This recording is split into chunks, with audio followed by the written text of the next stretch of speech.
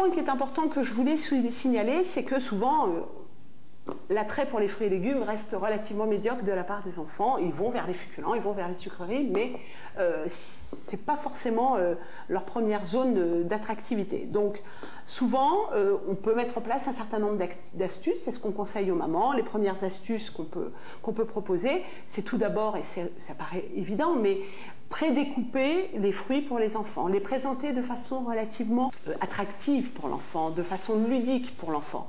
L'enfant, il commence par manger avec ses yeux avant vraiment de mettre dans la bouche. Donc ce côté-là, il faut le travailler avec eux, hein, c'est important.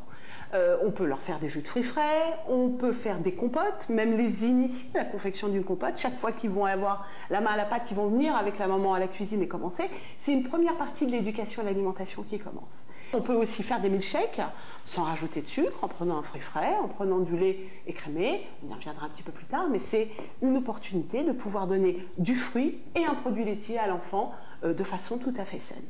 Pour les légumes, souvent, ce qu'il faut se dire, il faut chercher à comprendre, c'est que parfois la vinaigrette est un obstacle pour l'enfant. Donc, essayons de savoir si ce n'est pas le souci.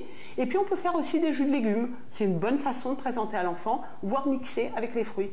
Je pense tout simplement à un jus qui mélange carottes et oranges, c'est la même couleur, et ça leur permet souvent de prendre des légumes de façon complémentaire.